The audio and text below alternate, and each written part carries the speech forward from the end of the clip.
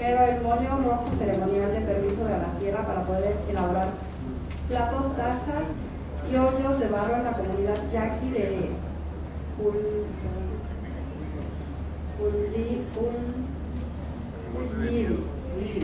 gracias, con María Trinidad Ruiz y Felicitas Jaime León. Por favor, adelante. Gracias. El moño rojo, ceremonial de permiso a la tierra para poder elaborar platos, tazas y ollas de barro en la comunidad yaqui de Buirivis. Esto que se va a presentar aquí es una parte de 3 que se constituye de un diagnóstico que se elaboró en la comunidad yaqui. Así es que si de repente ven algo de bordado o algo de artes plásticas, es que tiene que ver esa relación del diagnóstico y del trabajo que se realizó. La elaboración de artesanías en la tribu yaqui debe de ser abordada críticamente debido a ciertas características que limitan su posible comercialización. Entre estas resaltan los acabados rudimentarios que presentan los productos de barro. De igual manera, en el resto de sus artesanías se perciben estas carencias que pueden explicarse en cierta medida porque dichas artesanías han tenido principalmente un uso ceremonial. Tienen mayor valor de uso que de cambio. El objetivo de la presente propuesta es proporcionar herramientas, tanto conceptuales como materiales, para que la mujer yaqui y el hombre tengan los elementos necesarios para que su artesanía trascienda y dé mejor testimonio de su idiosincrasia, y adquiera su sello particular.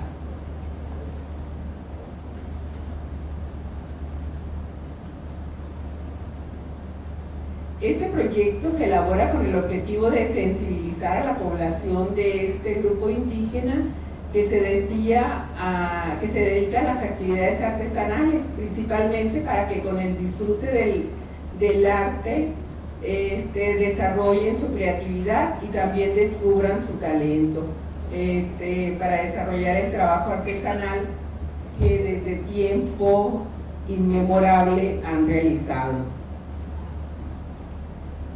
Al cambiar la situación de la mujer yaqui y engrandecer su espíritu a través de las artes plásticas, es más fácil cambiar a los niños, jóvenes y por ende a la familia y a la postre pues el de la sociedad, debido a que la mujer es potencializada como productora de bienes y puede contribuir a generar riqueza cultural e intelectual para cambiar y elevar su nivel económico y contextual.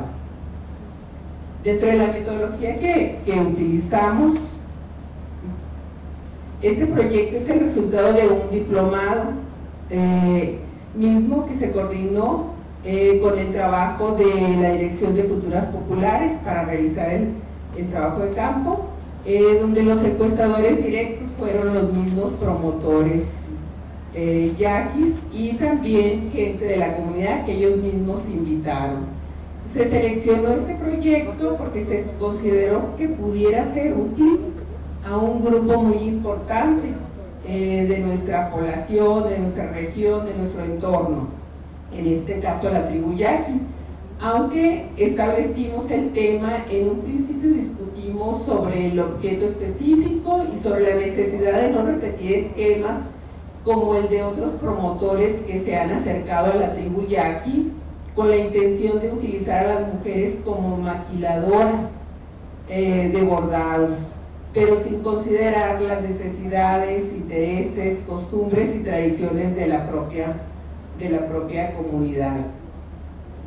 Algo que es importante señalar es la omisión total de los sentimientos hacia estos grupos que se acercan y la falta de conocimientos y simbolismos de la tribu yaqui. En pocas palabras, nos gusta como bordan, los vamos a contratar y no saben el fondo de lo que hay, ¿verdad? Después de discutir y analizar el equipo de trabajo que se conformó en el diplomado, se llegó a la conclusión que era necesario primero conocer las necesidades con respecto a esta situación que se estaba guardando en relación al barro, para lo cual se realizaron 2 cuestionarios con relación a los que trabajan el barro y sus familiares. Primero a ellos solos y a los que lo hacen en familia. Se entrevistó a personas de 16 hasta los 70 años de edad, de ambos sexos. Fueron 244 cuestionarios. El trabajo de aplicación pues se llevó un mes de aplicación. Para el marco referencial pues usamos algunos conceptos como es la cultura popular, la identidad étnica, grupo social, y de ahí nos fuimos a otros conceptos también de artesanía regional y nos trasladamos ya a lo que viene siendo el índice cognitivo de la elaboración del barro dentro de la tribu yaqui. Una consideración muy importante dentro de las consideraciones generales fue saber si la cultura yaqui contaba con algún ritual o ceremonia que utilizaran para poder obtener la arcilla misma que procesaran en barro y luego en piezas útiles para sus festividades, pero solo el 27% de la población encuestada, contestó que sí existía, denotando así la relación pues estrecha entre hombre y naturaleza. De lo que nos manifestaron pudimos deducir que es tradición pedir permiso a la tierra para tomar una parte de ella y hacerla barro mediante un ritual, donde una persona adulta de la etnia a la cual se le llama abogado es invitada por la persona alfarera a hablarle a la tierra para que las deje elaborar sus piezas y no se les quiebren, y en agradecimiento colocan trapos o listones de color rojo formando moños en el lugar, en la planta más cercana, que casi siempre podemos encontrar mezquites en su mayoría. Para los yaquis, comer en trastes de barro, también nos lo dijeron ahí, es comer ante los ojos de Dios. Por eso contestaron con entusiasmo cuando se les interroga si les gustaría retomar esta tradición de elaborar ellos mismos sus trastes para uso común y de rituales. Según una entrevista realizada por Domitila Molina Amarillas en la comunidad de Potam a la señora Trinidad Ochoa, de 74 años de edad, ella nos narra cuál es ese pedimento a la tierra, ese permiso para tomar el barro que ella misma hace. Madre Luisa, porque quiero decirles que el barro lo consideran ellas como una mujer. Madre Luisa, siendo esta hora del día vengo aquí, llego hasta tu tierra, a tu cuerpo, voy a lastimar, voy a herirte, voy a escarbar, porque de lo que me sostengo para vivir, voy a brindar a la comunidad mis manos. De mis manos ellos van a comer, de lo que yo elabore ellos se van a alimentar. Tú no me vayas a defraudar, no me hagas pasar vergüenza, permíteme ganarme el respeto de ellos, porque tú eres mi madre, y de ahora en adelante voy a venir por ti para continuar brindando esta ayuda a la comunidad. Es así como le hablamos, dice doña Trinidad Ochoa, a nuestra madre tierra para trabajar el barro. Comenta además que recibió este oficio por la madre de su suegra, llamada Antonia Molina, cuando ella tenía 30 años de edad. Actualmente no se dedica tanto a este oficio por su enfermedad de asma bronquial, pero cuando se le requiere con mucha anticipación y se encuentra en buen estado de salud, con gusto ella elabora los utensilios de barro solicitados. Otro testimonio muy importante es el de Guadalupe Valencia Romero, de la comunidad de Coracepe. Ella ya falleció. Ella platicaba que de chiquita iba por barro con su mamá y su abuela se iba por la orilla del cerro del Coracepe, que está ubicado en los alrededores del pueblo de Tori, y en uno de los lados donde caía el agua cuando llovía y arrastraba la tierra se hacía como una laguna de lodo. Ahí es donde llegábamos y mi abuela platicaba con el barro, le pedía licencia para tomar el barro, platicándole qué iba a hacer con él. Al final de la plática le colocaba un trapito rojo en las plantas que se encontraban cerca en señal de agradecimiento. Esta entrevista la realizó María del Rosario Hernández Ursúa. Otra cosa muy importante que nos arrojó sobre estos pedimentos fue que no dejaran a las mujeres embarazadas utilizar el barro porque es muy frío y cuando acaban de tener bebé, por ejemplo, les hace daño a los niños, los puede matar, pero también cuando acaban de tener bebé les seca la leche y también daña al niño. Salieron otros resultados como que le hacían una fiesta el barro en la comunidad yaqui, tenía forma de mujer, eran pechos que estaban en la parte del frente de los trastes, que hacían una fiesta en la comunidad de Guasimas, donde los pascolas se les brindaba el bolo ahí, o sea, un agradecimiento por participar en la fiesta, y tenían una bebida y ahí la acariciaban en juego los pascolas, pero también pedían por que hubiera productos en el mar y hubiera que comer. En base a la encuesta realizada sobre la utilización y elaboración de alfarería dentro de la tribu yaqui, se apreció una falta de reestructuración en la materia del barro porque se ha perdido considerablemente esta tradición. Es una de las técnicas de expresión más antigua de la humanidad y que en cualquier parte de nuestro país se aprecia una evolución constante, mientras que aquí ha quedado estancada. La cerámica que se elabora hasta ahora no ha cambiado desde tiempo inmemorable en la tribu yaqui. Sigue siendo una cerámica monocroma del color del barro cocido, modulada en forma de plato cóncavo o vasija que pueden ser globulares como tecomates o provistos de cuello a manera de ollas, vasos para rituales y algunas estatuillas, como se ve.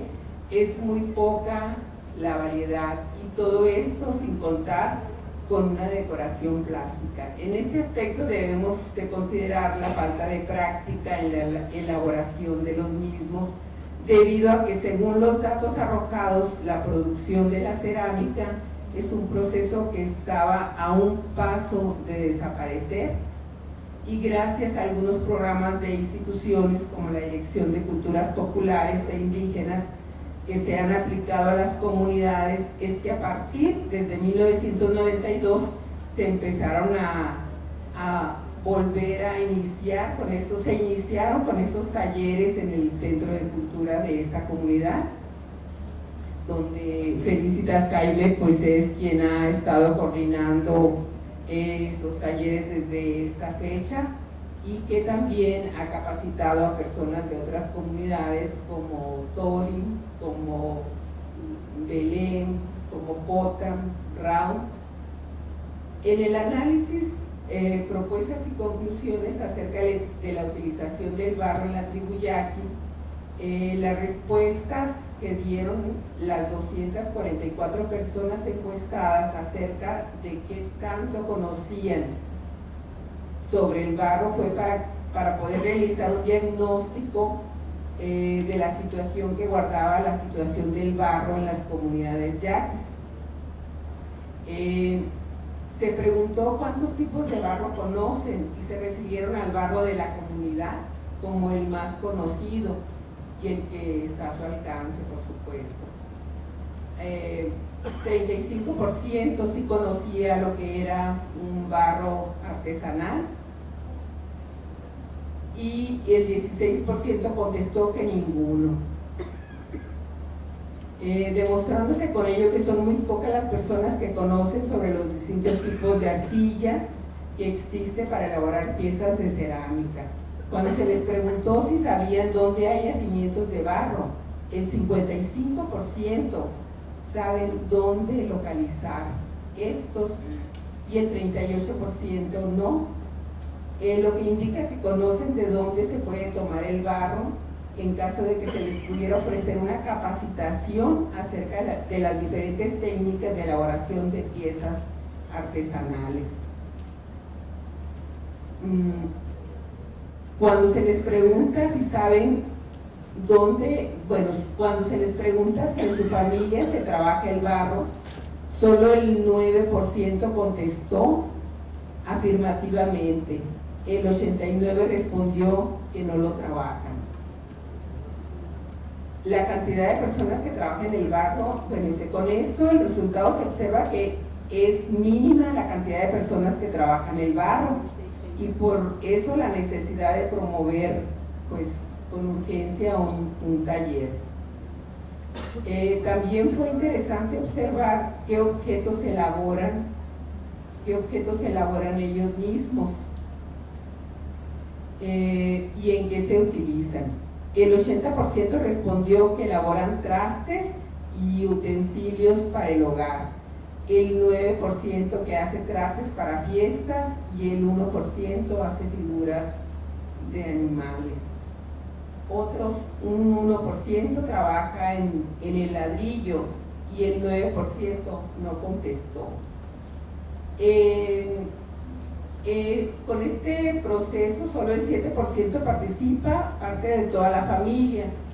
Con la poca participación que se observó en la elaboración de la cerámica por parte de la familia, se percibe que no hay una enseñanza de esta tradición de elaboración del barro, como lo hay en otras prácticas culturales de la misma comunidad yaqui.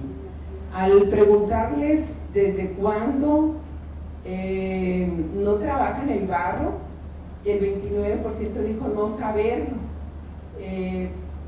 hacer por no contar con el material necesario y por eso no usan los platos y vasos y cucharas desechables. Las técnicas que utilizan,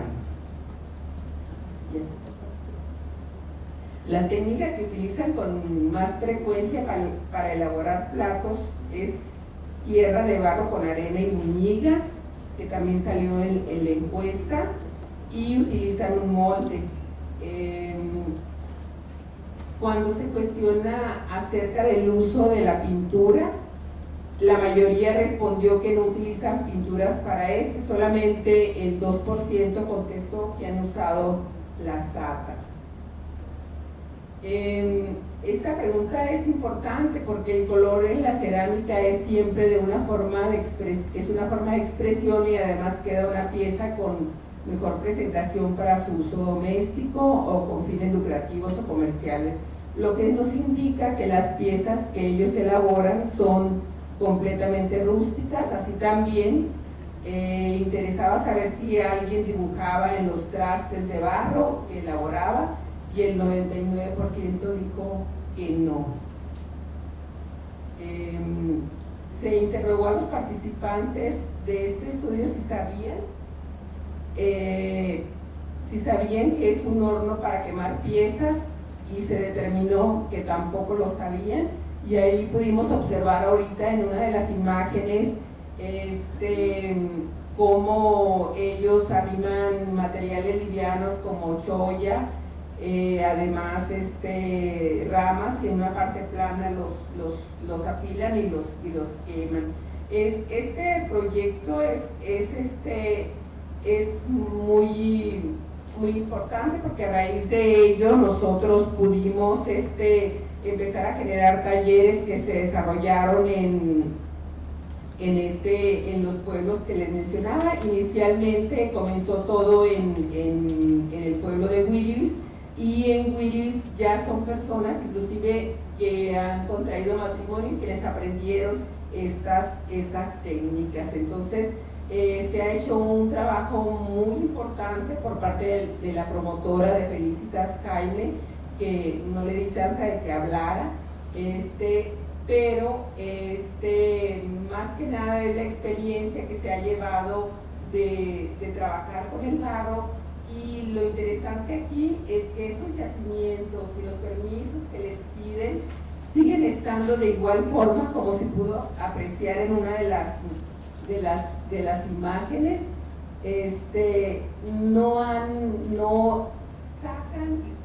Han sacado barro por años y nunca se ha modificado, no se han hecho hoyos, no se ha hecho nada, y sigue estando ahí el barro aportando barro para la comunidad. Hay muchas otras cosas que mencionar, pero aquí vamos a dejarlo. Muchas gracias.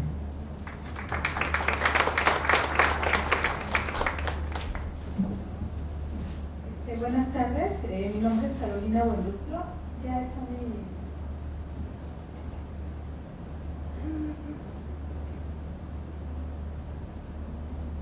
Bueno, mi ponencia es sobre el mito del héroe. Yo voy a hablarles sobre el mito del Teposteco, que es un héroe de la ciudad de Tepoztlán, Morelos. Y bueno, yo lo voy a abordar desde la experiencia académica, utilizando una categoría, la del cronotopo, que bueno, ahora se los voy a explicar, y que me parece que es una categoría que me permite analizar el mito, ¿no?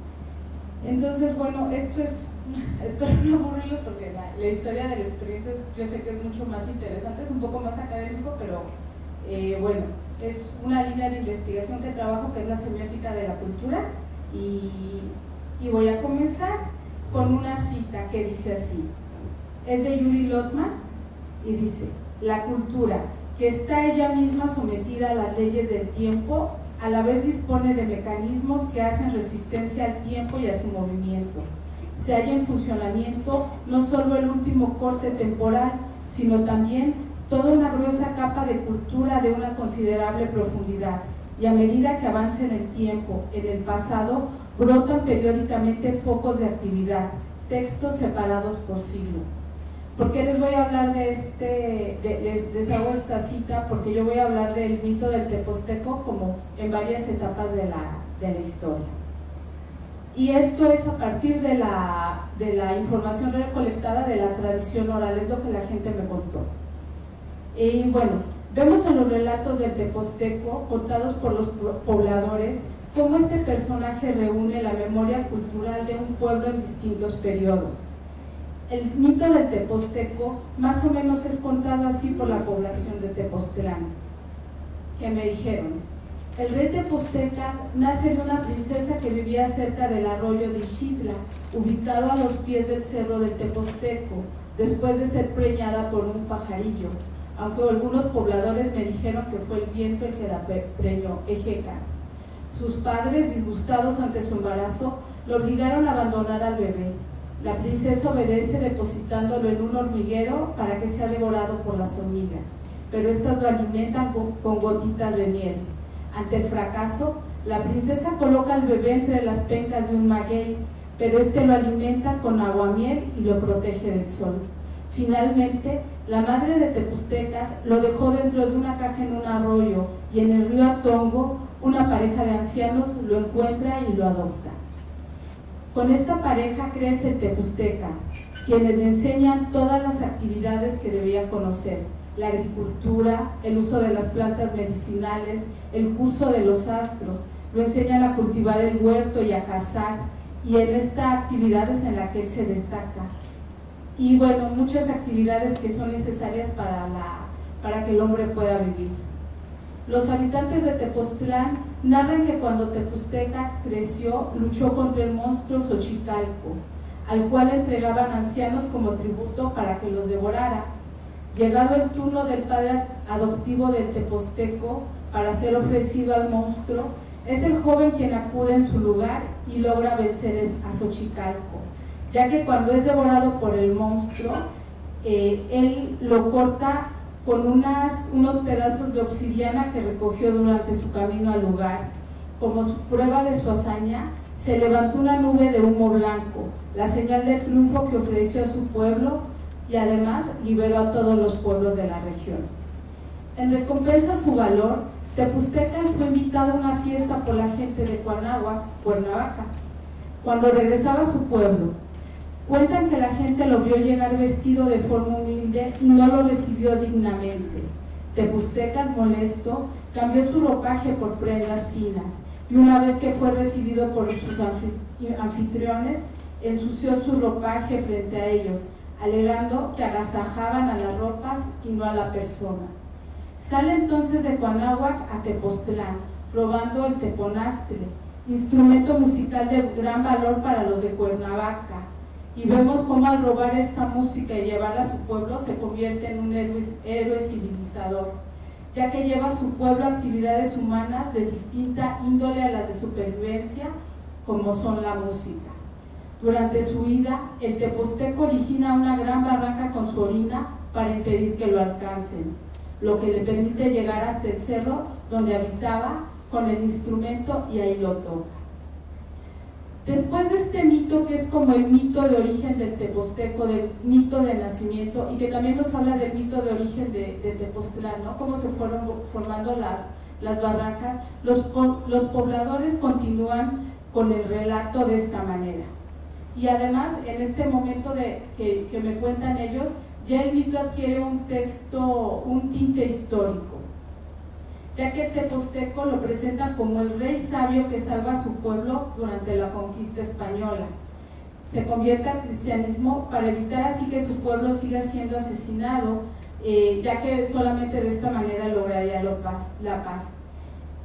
Esta parte de la historia donde cuentan al teposteco como el rey que se convierte al catolicismo para salvar a su pueblo es muy importante, porque cada 8 de septiembre los tepostecos hacen la representación del mito del teposteco, ¿no? Entonces retoman esta parte de la tradición oral para hacer esta representación, y bueno, esta representación, que tiene todas las características del teatro de evangelización, la llaman el reto al teposteco, y narra cómo después de que el rey se convirtiera al catolicismo, acuden a Tepoztlán los reyes de Cuanáhuac, Yautepec, Huastepec y Tlayacapan para lanzarle un reto, un reclamo por su conversión a la religión católica y por haber abandonado a sus antiguos dioses que fueron destruidos por los evangelizadores.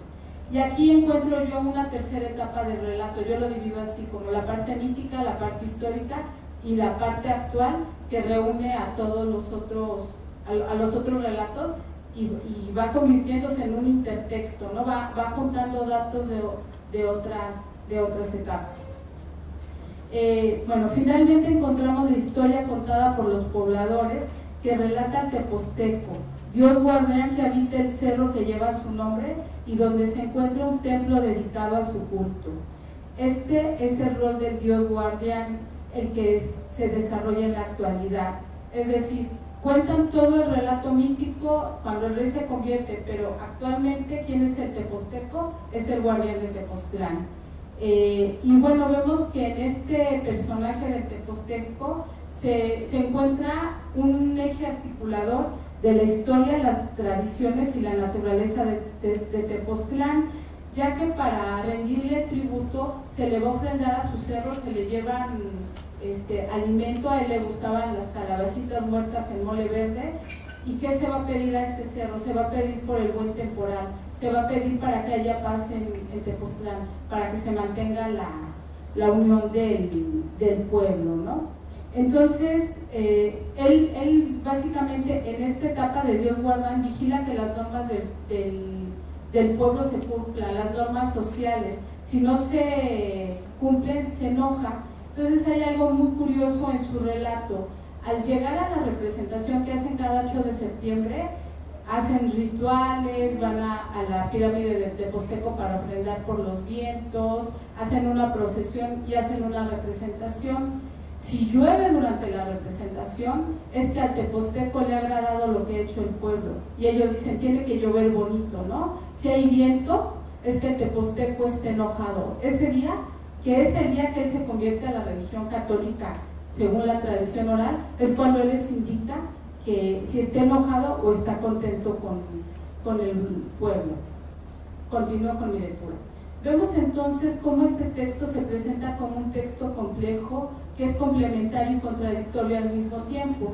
Complementario porque va incorporando la presencia del Tepozteco a lo largo de la historia, y contradictorio, ya que pasa de ser un héroe mítico a un personaje histórico y después a un rey guardián, ¿no?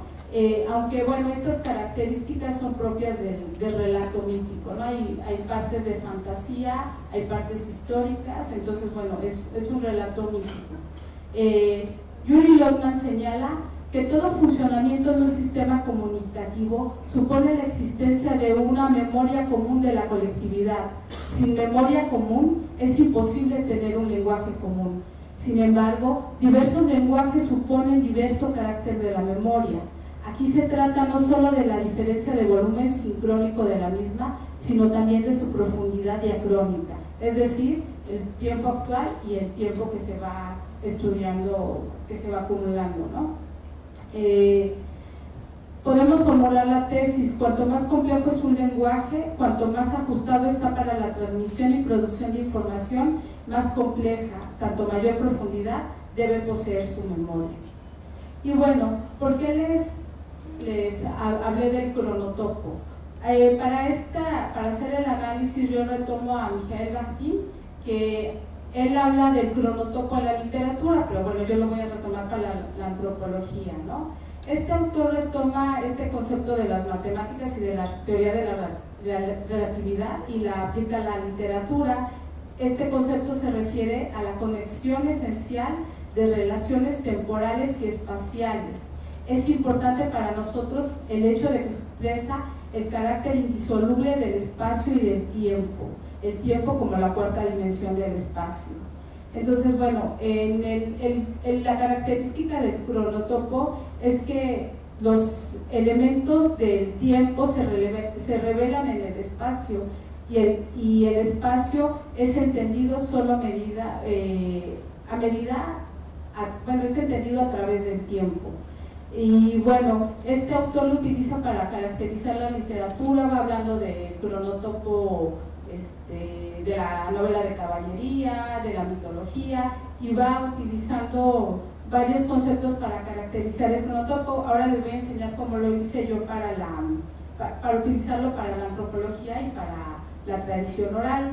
Entonces, bueno, vemos que las prácticas culturales tienen una transdimensionalidad, es decir, son históricas, son políticas, son culturales, pueden ser estéticas al mismo tiempo, ¿no? No está separada ninguna dimensión de las prácticas de ninguna manera, ¿no? Y bueno, entonces yo estaba pensando en cómo analizar este trabajo como, bueno, ahorita les explico. Entonces yo estaba pensando en utilizar la categoría como un cronotopo transdimensional, ¿no? Pero esto es además este patrimonio vivo del pasado para poder renovarse y ver un futuro. Se mezclan estas actividades espaciales, pero también actividades sociales, económicas, políticas, es decir, están inseparables, ¿no? Por eso es una forma de estudio. Entonces, bueno, vemos en este relato que nos da la población de Tepoztlán, vemos cómo hay un tiempo mítico, y vemos en ese tiempo mítico cómo sucede la aventura del héroe, ¿no? Nace, lucha con el monstruo, gana, funda Tepoztlán. Entonces vemos un mito de origen y un mito del héroe, ¿no? Que son mitos fundacionales. ¿Qué sucede? Esto sucede en el relato, pero ¿qué está sucediendo en el espacio? Al hablar de un origen del héroe, estamos hablando de un origen de la localidad. También estamos hablando de la creación de la naturaleza. ¿Cómo están entendiendo los habitantes de Tepoztlán que se generó esa naturaleza? Estamos viendo cómo están entendiendo los habitantes de Tepoztlán el aprendizaje y la enseñanza de las actividades que son necesarias para el mantenimiento, ¿no? de los sujetos. Estamos viendo también cómo se liberan de la esclavitud de otros reinos, ¿no? Vemos también un origen de la civilización, porque el teposteco roba el teponaztle y lleva la música a Tepoztlán. Inclusive el teponaztle que tocan en la ceremonia de petición de lluvias, ellos dicen, este es el que robó el teposteco. Bueno, también vemos un tiempo histórico, que bueno, es un tiempo que sucede durante la conquista española, se da la evangelización, hay una conversión al catolicismo, y ellos dicen, ¿no? Un abandono de antiguas creencias, aunque bueno, hay que destacar que realmente no existe una ruptura total con las antiguas creencias, se funda tanto lo católico como lo que sucedió antes de la conquista, y se reconfiguran estas tradiciones. Y vemos también un tiempo actual, que es este tiempo de la vida cotidiana, y es este tiempo que se vive el patrimonio todos los días, que van contando la tradición, pero que también van haciendo sus trajes para la fiesta. Entonces se conjuga ahí un tiempo cotidiano, pero también con un tiempo ritual, donde la relación cultura-naturaleza es muy importante. Siempre es para propiciar, para pedir que les vaya bien en la cosecha, que les vaya bien como pueblo, ¿no? Entonces, bueno, en este tiempo actual, en este cronotopo actual, vemos que hay actividades sociales, políticas, económicas, culturales, pero todo en relación con la bendición del Dios guardián. El teposteco también funciona en este tiempo actual como símbolo de las luchas políticas y sociales, es un símbolo identitario, desde la identidad además. Además, en este cronotopo actual hay una promoción tanto del mito como de la historia a través de la conservación de la tradición oral y de la historia oral. Se siguen sucediendo rituales de petición de lluvias, ofrendas, procesiones, así como la representación al ritual teposteco, que es como una fiesta muy importante para ellos, se junta con la celebración de la Virgen. Y bueno, entonces, bueno, yo estoy pensando como parte de algo más grande que quiero hacer, empezar esta categoría de cronotopo para el estudio del mito, insistiendo en que los tiempos no están separados, suceden unos y otros de manera simultánea. Sin embargo, traemos el cronotopo mítico al cronotopo actual, ¿no? Y por lo tanto estoy pensando en la construcción de un cronotopo transdimensional. Y bueno, cierro con esta cita: la memoria no es un depósito de información, sino un mecanismo de regeneración de la misma.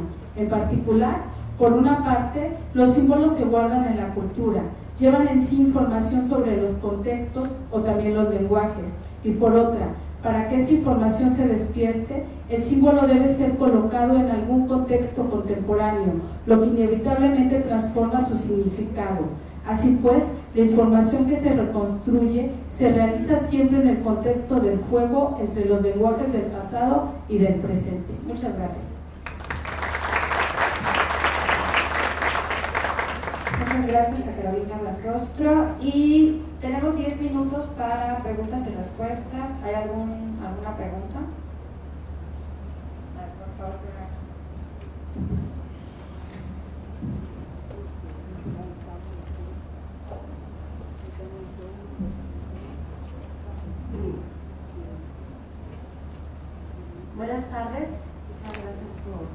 presentaciones. Yo quisiera pedirle a la señora Felicitas, aprovechando que se encuentra en la mesa, que nos platicara más sobre la ceremonia para pedir permiso a la tierra para poder extraer este barro y por qué considera que es importante realizar este rito.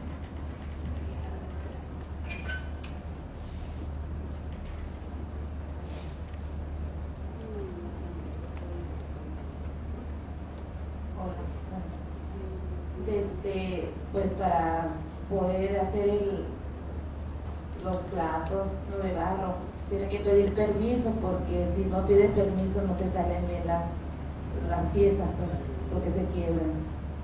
Entonces tiene que pedir permiso. Haz de cuenta, bendecir el barro, pues, cuando vas por él. Hay que pedir permiso.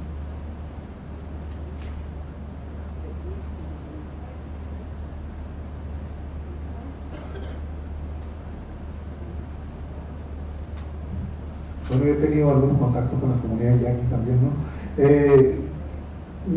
Mi pregunta sería si hay determinado, Felicita, algún objeto ritual elaborado de barro. Bueno, los platos son objetos que participan dentro de la gastronomía tradicional, ¿no? En la fiesta.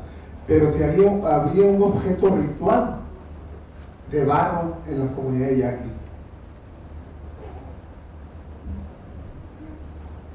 Pues las copas que usan en las fiestas tradicionales, por ejemplo, en la fiesta de la Santísima Trinidad y en la fiesta del Corpus Christi y luego en San Juan, son las que se usan más. Se usa como cuando van a hacer ¿cómo se llama? Antevíspera. En la antevíspera son las que usan estas copas. Y también se usaba antes en la fiesta de la Santísima, sí, por ejemplo, en las copas esas lo usaban cuando iban a velar la bandera y eran es para mujeres, porque los hombres usaban otras cosas, pues las copas son para puras mujeres. Bueno, muchas gracias. Tengo una llegué tarde de la ponencia, lo siento mucho. Estuvimos trabajando recientemente en la región de Gónavas con los primas y a partir de una compañera arqueóloga, Cristina García, que le comentaban que por aquella región quedan 4 o 5 pimas, realmente es muy triste esta parte de la historia, pero decían que ellas tienen que pedirle permiso al viejito para comprarle la tierra. Entonces, en los sitios donde hay tierra tenían que ir y amarrar una tela o un listón, algo que era la manera de pagar esa tierra, y si no, pues no funcionaba lo de la olla, ¿no? Allá pues era muy fuerte la presencia pima, pero pues hay memoria histórica a veces también terrible de la presencia de los yaquis y la guerra y todo esto, pero bueno, es un elemento que hay que considerar. Las señoras decían que de chiquita les platicaban que había que probar la tierra, si estaba saladita pues no servía, y ya iban identificando todas estas cuestiones. Entre el pueblo pima de la sierra, allá en Yécora, se dice, todavía recuerda gente, que si de niñas las chamaquitas jugaban con tierra, de grande ya no podían hacer ollas porque pues ya no iban a tener esa habilidad por haber jugado con la tierra, que es algo muy serio, ¿no? Una de las señoras nos decía que de las antiguas, de los años 30, 40 quiero decir, todavía hacía unas ollas y les ponía unas tortuguitas en la boca de la olla, que eran muy afamadas, muy recordadas, pero pues de eso no queda nada, ¿no? Entonces, este tipo de pistas creo que podría irse buscando para ampliar. El gran problema de la región yaqui y otras es que la modernidad, la agroindustria llegó muy rápido, arrasó y se fue llevando estas prácticas, que qué bueno que no están dejando que desaparezcan. el tema de Teposteco, todo esto es muy interesante, muy bonito. Me saltó mucho al recuerdo una de las imágenes, el señor que está tocando la chirinilla. Bueno, yo creo que ya la cambió en la presentación. Él nos platicaba, bueno, decía una cosa muy bonita: no entendemos que vivimos en un mundo muy chiquito, pero muy bonito. Y nos platicaba precisamente el Teponaztle y de los diálogos, ¿no? Nos decía, y todavía no recuerdo, luego marco los ritmos: totonki, totonki, totonki, tlaxcali, tlaxcali, tlaxcali, totonki, totonki, totonki, tamali, tamali, tamali, queda, vengan, hagan, hay maíz, hay tortillas, todo esto, ¿no? Entonces, pues es toda una historia viva, qué bueno que compartimos, y muchas veces en estas imágenes hay más historias que tenemos que sacar, ¿no? Muchas gracias.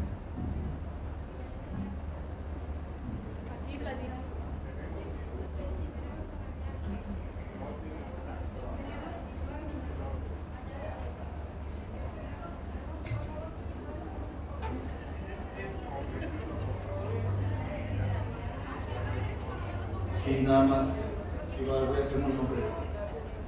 Nada más para preguntar con respecto a las historias también a las que se referían. ¿Es que hay más historias, más mitos asociados a esta práctica cerámica? ¿Se les cuenta algún mito de origen que tenga relación con la producción cerámica?